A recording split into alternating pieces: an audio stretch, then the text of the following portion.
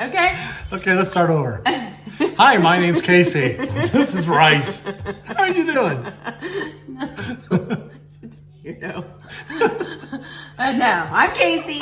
He's Rick. Okay, let's try that.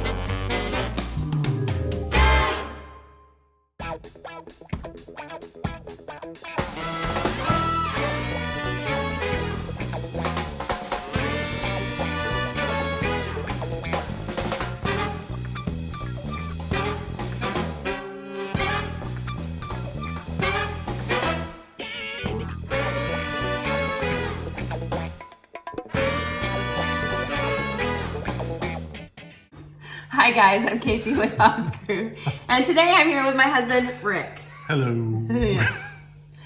And we are talking about adoption, and we are, can you stop, please? And we are talking about adoption, and we just, Oh, no. we talked about a private adoption, which was our first. We should probably tell them we have 7 kids. We Yeah, have we 7 didn't do kids. that last one, did we? No. We have 7 kids, and our first one was a private adoption. The next 6 were from foster care. And we fostered to adopt, which is a different and whole new experience. Foster care is. Yep. A lot more training. A lot more training, yeah. And that part I actually liked. And continuing education, which I didn't like. It's very hard to do continuing education when you have so many kids. But I understand the thought process behind it. So I'm not even gonna go there. Okay. So we, after we did our first adoption, about 5 years, I'd say. Well, It was earlier than that. It was about 4 years, I guess, into it. We decided to, Meaning she. yeah. We wanted to have more than 1 kid. His number was what? 2. I was 3. Okay. We wanted to have that many kids, but we checked into private special needs adoptions, and the cost had like tripled. Well, plus the group we went through before was no longer around. Yeah, and that agency had I don't know what happened, but and so we kind of researched things, and then Again, it was just it was just a lot of money, and we didn't really want to go into debt or that sort of thing for it. So we began to research foster care, because when you adopt from foster care, the cost, if you use subsidies and use the attorneys that they recommend and will accept subsidies, it doesn't cost you anything. Right. So that's one of the things. You get a subsidy package, which after... Well, yeah, the adoption doesn't cost anything, but the fostering does cost. Yes. We have known people that think that they get into fostering to make money. You don't. Yeah. You're lucky if you even break even. Yeah. Usually when we fostered kids, it was an extra $100 or $200 a month. Because every time a kid came in to care, we had to get new stuff. Yeah, so fostering definitely isn't something you do for the money. No. We're lucky when we first fostered our very first child we got. We have some friends that were fostering, and they knew how it was, and so they gave us the stroller and pumpkin seat combo thing. And they blessed us. They helped us out there. But as time goes, every time we had 2 kids, so we had to expand. Within less than a month, we wound up having 2 kids same age. Mm-hmm. They were both babies. So then, we had to transport that. So we had to get 2 pumpkin seats, had a stroller, get a stroller to double stroller to accept that. So you have a lot of money going out. Plus you have to buy diapers, because state doesn't cover diapers. They do give you a little bit extra for food, like formula. Well, and you get coverage with, at least in state Missouri, there's some help with formula because it's pretty expensive. Yeah, but clothing, diapers, blankets. And when you're fostering, it's not like you have a baby coming.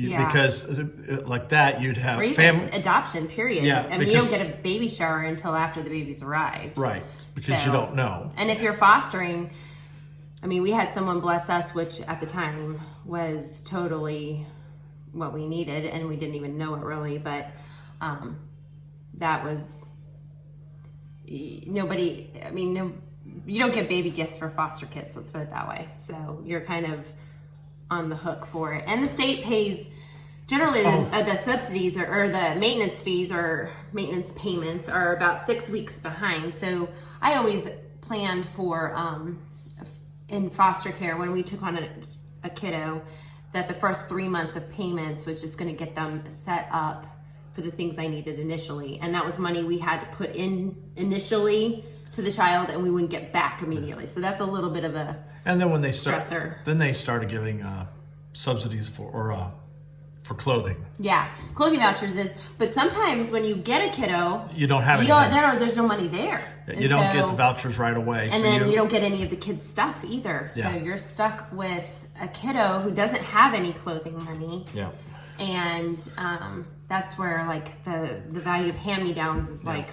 Or we've had kids that have been placed with us that were in other foster families, but then those vouchers were already spent, but the clothes didn't come with them for one reason or another. And those were always the challenging part, I felt like, because we were having to dig around for whatever we needed. But babies don't come with anything. No. It's the older foster kids usually have like a bag or something that they'll bring, but they don't have...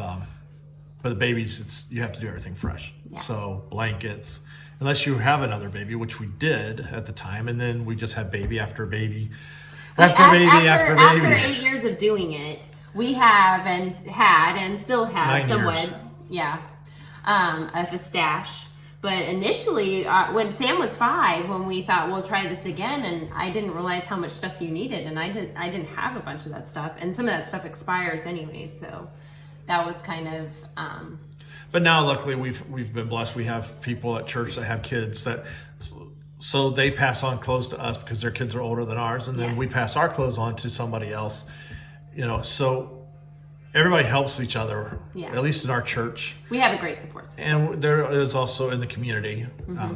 There are support systems out there. Yeah, and that was, I think that was a biggie. But if you're getting into foster care just for the money, don't. Yeah. There is none. Okay, so let's talk about, we have done 6 foster care adoption. What, do you want to talk about pros or cons first of foster care? Well, we had more than 6 foster kids. Right. We counted close to 30, I think, that we had in and out of our home, I think is, the kids and I counted one day. And we had, including emergency placements and things of that nature. Yep. And so we had close to 30, 6 of them stuck around. We still have contact with a couple of them still that have left, that were reunited or placed elsewhere. But they were also a sibling group. Mm-hmm. And that I feel is important. But so you want to talk about pros first of foster care? Go with the positive first? Okay, what? Okay. All right, pros of foster care adoptions. One is we kind of just is the financial part of it. So we couldn't have afforded 7 adoptions. So that has helped. And every lawyer we had, they did a good job. Mm-hmm. So no complaints 2, there. When you say the sibling part, I think that's a pro. That they get to stay with their siblings. Mm-hmm. Yes, and when they can, but it doesn't always. But they don't always get to stay with their siblings. No, which we have. Some of our kids have siblings that are with other parts of the family, or whatever. Yeah. And so, but I think from adoptive parenting perspective, it's easier for me to parent some siblings because I know a little bit about the genetics. Right. And so, so I like having at least some common denominators within the siblings. Do you see what I'm saying? You're talking to them. I know what you're saying. Okay. So like, for instance, if this particular sibling group tends to have sensitive skin, then that's kind of a known factor. Or if I know that so, sibling did this, then I'm kind of expecting it. If I see it in this sibling, it's not such a surprise. And sometimes it's just like behaviors too. For one, we have a sibling group of 3, and they all sucked their fingers, the middle 2 fingers, all of them. Yep. And when we brought home the 3rd one from the hospital, we said, we're not going to let her do that. And by like day 9, she's sucking her fingers. It was obviously something that was genetic. And they also, all 3 of them, talk normal, loud, just like any other kid. But you ask them a question, you get, you get all 3 of them. Yeah. The rest of our kids don't do that, but those 3 don't like to answer questions. I mean, you can ask them, what's your favorite color? They just mumble. So as far as I feel like siblings is an advantage for the child, and it's an advantage for adoptive parents too. Yeah. And the fact that if you want more than one child, foster care is a good way to go. Well, that's another thing too, is it's a pro that you hear stories about people that will adopt a child, but then give the child back because it's not what they expected. Well, with fostering, you get to, it's like a trial basis. You get to see how it is to raise a child. It's not always going to be, this baby's the perfect baby and all that stuff. It's not, but there's going to be issues. But if you can make it through the fostering system and take care of those kids, then you're better apt to say, okay, I can adopt this kid and I can keep him. I can do that, and not be the family that adopts a kid and says, I can't do it, and take it back. Right. Which we've heard about this happening in our area too. Yeah. So, I think it's like a little bit of a trial run if you get to see if they fit in the dynamic of your family, or. But even if you don't know if you want to have kids, it's a perfect way to do it, because your job is just to take care of those kids. That's all you need to do. And I mean, this is kind of hard to say, but if you don't fall for that kid or whatever, there's no harm. You take care of the kid, and then if you can't do it, go to your worker and say, hey, I'm not fit to do this. I can't do it. And they will take the child back and find a placement, but then you're done. You're not forced to keep the kid. Yeah. I mean, we've had a couple of kids that there was just things we could not help them. Yeah. And when we talked to the worker and we tried to work through things, it wound up we found placements for them in better places, and that's what they needed. One of them needed to be the only child, not be a child amongst 7. At that time. 7 or 8. I don't remember. Yeah, I lost count. We've had up to 10. We've had up to 10 at one time. So I mean, the thing is it is kind of a trial run, and I know that seems like it's a really harsh thing to say. But that child is thriving now. Yes, and that child is in the perfect place. Yeah. But it's humbling too, because you are not the answer for every single child. No. And so when you realize that your family you're not the right answer for that child, it takes a little bit of the pressure off too. But and it's just the thing is too, and as you add kids, and it's the dynamic in the home, you might be connected to the child, but the child, just doesn't work well in your home. And, you kind of get to try that out and see if permanency with you is in the child's best interest. And I think that is a pro of. It's also a con. Yes. The con is you fall for the child, you fall in love with the child, and then they have to go. Mm-hmm. And no matter what, because, we always did the fostering thing. We gave them our very best. It didn't matter who they were, what they'd done or what they did. We gave them our very best, and we loved them. Best. Yes. It's not always perfect. Right? It wasn't perfect. It was by far from perfect, but we did our best. And I think that was, I learned something from every single one of those kids. Mm-hmm. So that has made me a better person. But you got to remember, during fostering, your job as foster parents isn't the fact that, hey, I'm getting a child that I'm going to adopt. Mm-mm. That's not your job. Your job as a foster parent is to help the birth parents reunite with their kids. One is to take care of the kids, to make sure that they're healthy and they don't have any issues. So whenever their parents can meet their marks that they need to for their improvement, say if it's, I don't know, neglect, drugs, criminal, whatever, they have steps that they have to meet. It depends on what part of the country you live in, what state, whatever. And it depends on the family. I mean, everybody has, it's very customized. And the judge. Yes, it's very customized. The lawyers, the judge, they need to meet a plan. That plan is to reunification with the parents. Okay. With most of our kids, or the ones we adopted, that did not happen. The parents were unable to or unwilling to make the changes in order to do what they needed to do. And that's just nothing against them. It's just some people can and some people can't. So we had kids that got reunification with their families, and the ones that we didn't, we pretty much adopted all of them.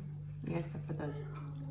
Except for those siblings that went with other families. And emergency placements. Emergency placements. We had kids just come in here like one night. We've had some for a few months, a couple of weeks. We've also, it's called respite. We babysit. We take care of kids while other foster parents go on vacation or have to go out of town, and we take them on. Which that's another downside, was the first weekend we got our youngest. I had Sam, which was 6. Andy was just born. Then we had a placement that was 3. And then we had respite for 2 girls. They were older, 5 to 9 or something like that. I can't remember how old. Okay. We just went from 1 kid to 5 in 1 weekend.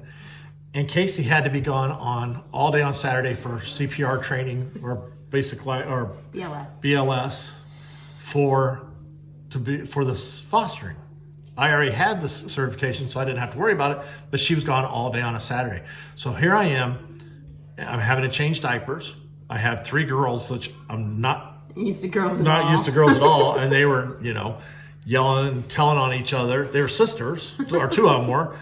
And by the time Casey walked through that door, I was so thankful and I was ready to leave. It was not a good experience as, the first weekend, of fostering. Yeah. You handled it good. Yeah. But it's, And honestly, con is lack of respite.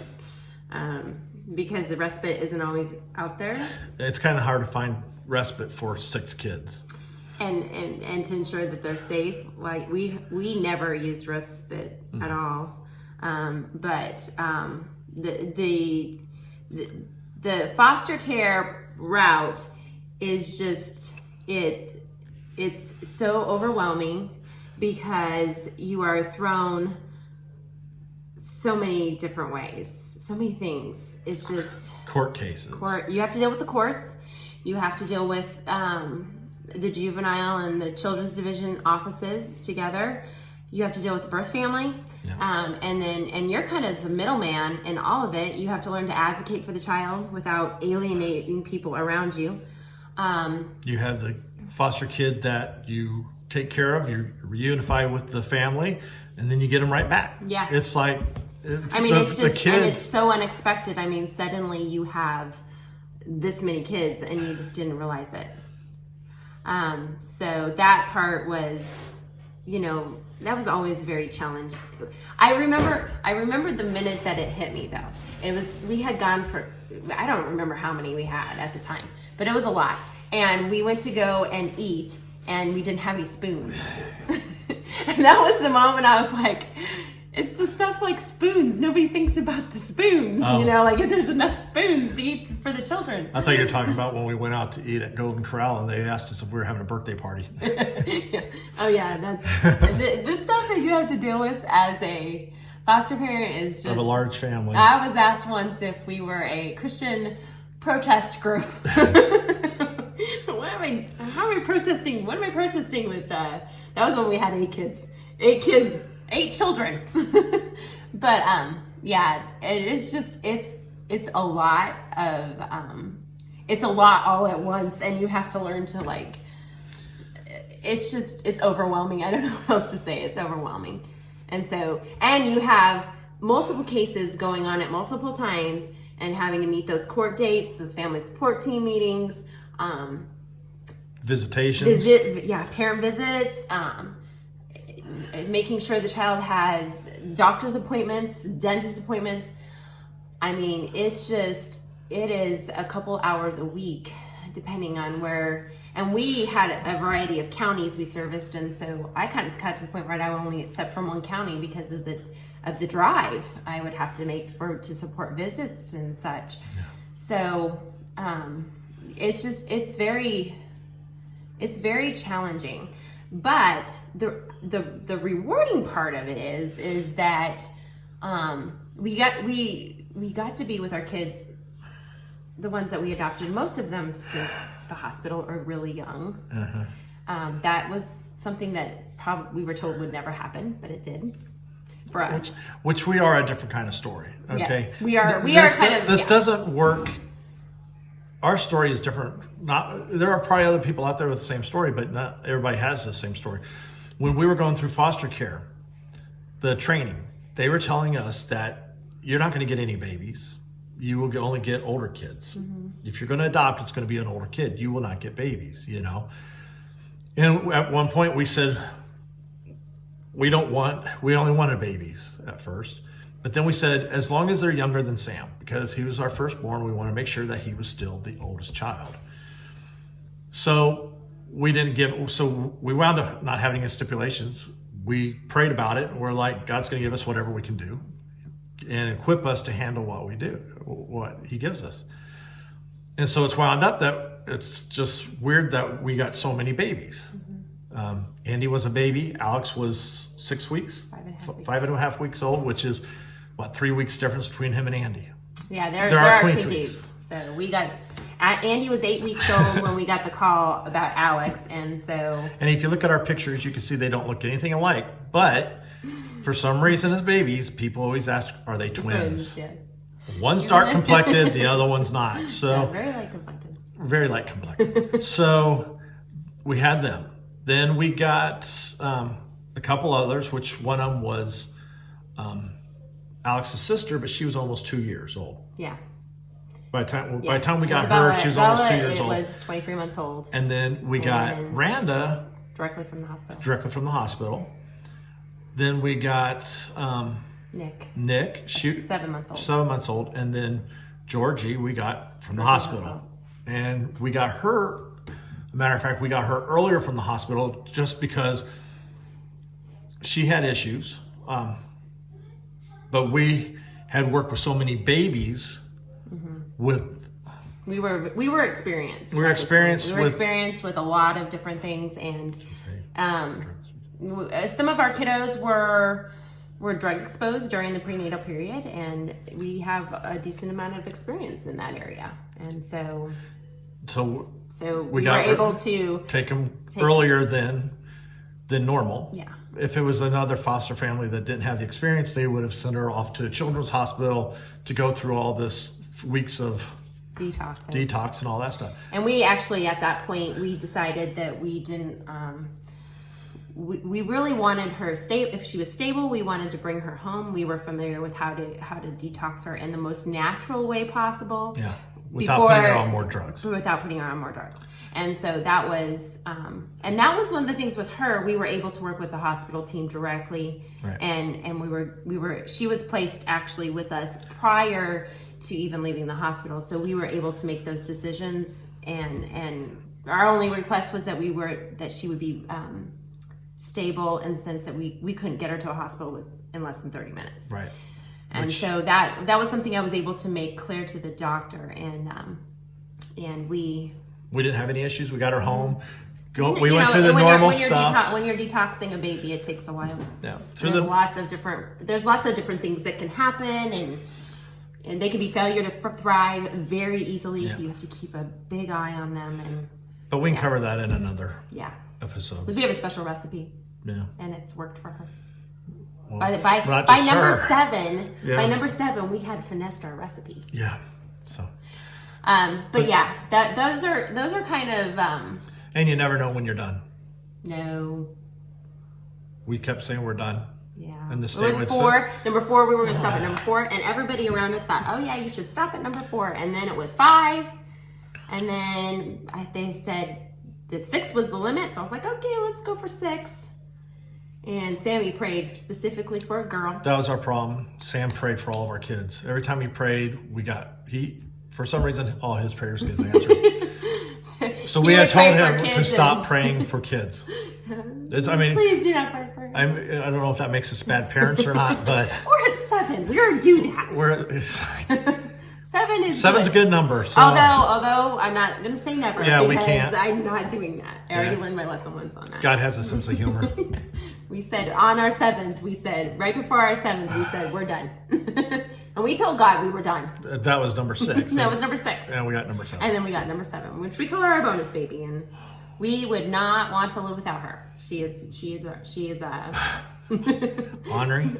She's the youngest, but she is our ornery. youngest. She's our youngest, and everybody dotes on her. So Especially Sam. yes, They got a special bond. yes. So I mean, I think I personally wouldn't change our story at all. I love foster care, and I am passionate about it. It's not for everyone. I'm not gonna say it's for everyone because Yeah, it wasn't for me. it's a lot of hurt and pain, and you have to be really creative in dealing even with the kids, and There's a lot of tears, not just from the kids. yeah, it's not easy, but I would so do it again, 100%. It was a time in our life that I enjoyed. Well, we're not done. We're done fostering, but done we're still fostering. raising the kids. Still raising our kids. So, oh yeah, I'm gonna be old. Old by the time they're all out, if they even all leave. They're not leaving. They won't leave. By the time because the span of our children, by the time Georgie thinks about leaving, Sam's going to have kids, so on his we'll own have probably. grandkids, and we're never going to be without little kids. That's when we get in the motorhome and hit the road. Just take off. They can't find us. They can't. Oh no! When we need family, we'll find you. Yeah. So, all right. I think that If we covered it all. If we didn't answer the question you have, just leave a comment and Yes, she'll get to absolutely. it. We are, yeah. We are pretty open about it. So Sure. I am. All right. Thanks for listening, and we'll catch up with you next time. Say bye. Bye.